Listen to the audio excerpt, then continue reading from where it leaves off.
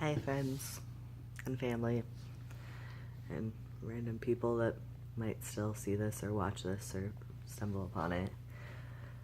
I know I haven't made a video in ages and I don't fucking care. I'm not here to talk about that right now. It is the wake of finding out about Trump becoming president in America as a trans masculine, just as a trans queer person, as a queer person, as a concerned citizen.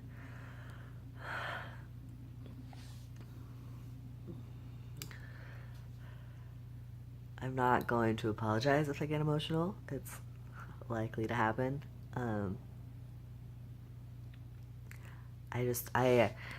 I moved to Portland and was coming out this past year as queer and then trans and all of these things and figuring out who I am, which has been a really lovely privilege that I've had. And I kind of put myself in this little bubble of happy, safe queerness. And I live very out here, but I don't super talk about who I am outside of Portland. And I mean, I don't filter myself on the internet or anything on my Facebook, but I haven't been sharing videos. I haven't been talking about my experience because I've been busy living it and not wanting to have to explain myself and not having to share my vulnerabilities and all of these things with all the people that I grew up with all of the straight, hetero, conservative, religious people from Mississippi and Arizona and Utah and the places that I've lived that are far less accepting of people like me. But now is the time for visibility. Now is the time for banding together and for education more than anything. And that's why I'm making this video. I am heartbroken and devastated and scared.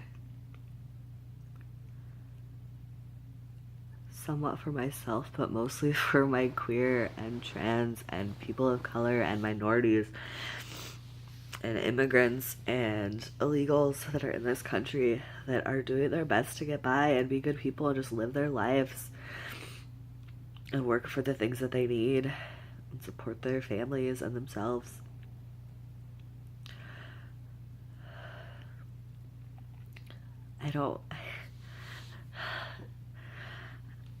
It's so frustrating. I'm lucky that for the most part my Facebook feed and all these things are so flooded right now with my trans and queer friends and our solidarity of our fear and the people of color that I know and their heartbreak. And I feel, as much as I feel horrible, I have to recognize that the fear that I have is not new to other people. That people of color have been scared to walk down the street the same way that I'm scared for trans people and queer people to walk down the street now. Just for being who they are, there are people that hate them and the hate is growing and that they are in legitimate danger. And I'm not saying don't walk down the street. Fucking walk down the street. March down the street. But I have to point out that a lot of us white people that are now having this affect us,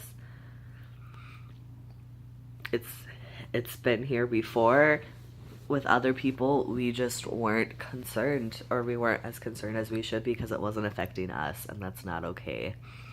And we need to acknowledge that.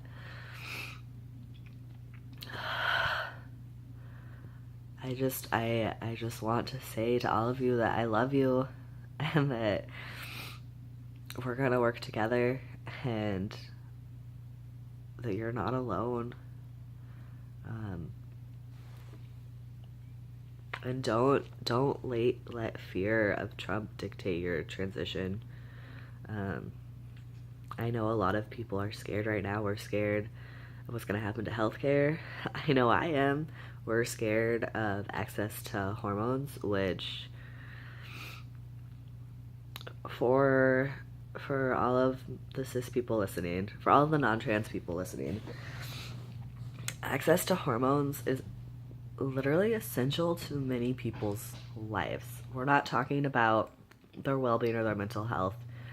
We're talking to the point where if they don't have hormones, if they can't pass as the gender they identify with, if they can't have those reassuring hormones, they will become so distraught and upset with themselves that they might kill themselves because they have to. And that is horrible and upsetting, but I need you to understand how serious access to hormones is for trans people. That it's life and death for many people. And the fact that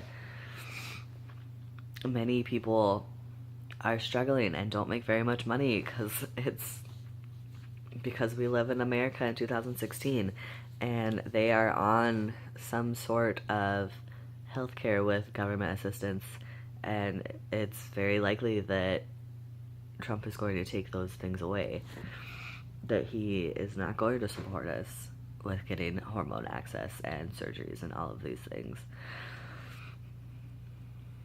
And that's scary.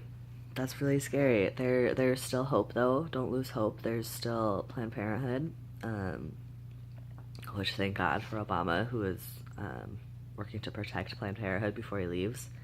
And for any of you that didn't know, you can get hormones through Planned Parenthood. And depending on where you are, they might not be the best with understanding trans things, but they can help you. In Portland, Oregon, I'm fortunate to be here. I've had really, really positive experiences with Planned Parenthood. With actually trans-related issues, I was, and we don't need to go into that today. I can make another video about that.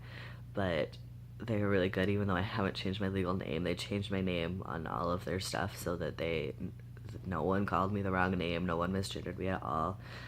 And I had a really good experience there, and I hope that you can as well.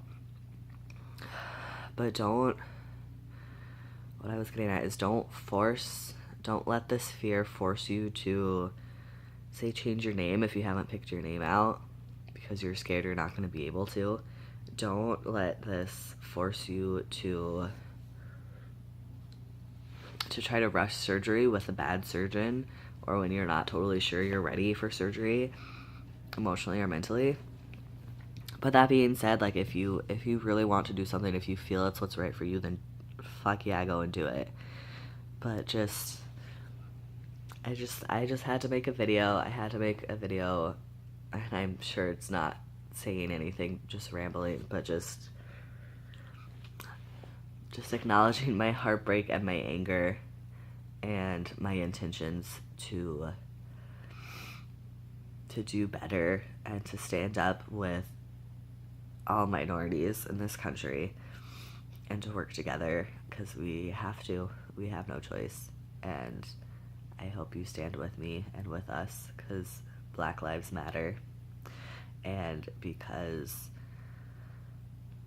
queer and trans people are scared, and immigrants and illegals don't deserve to get kicked out of this country.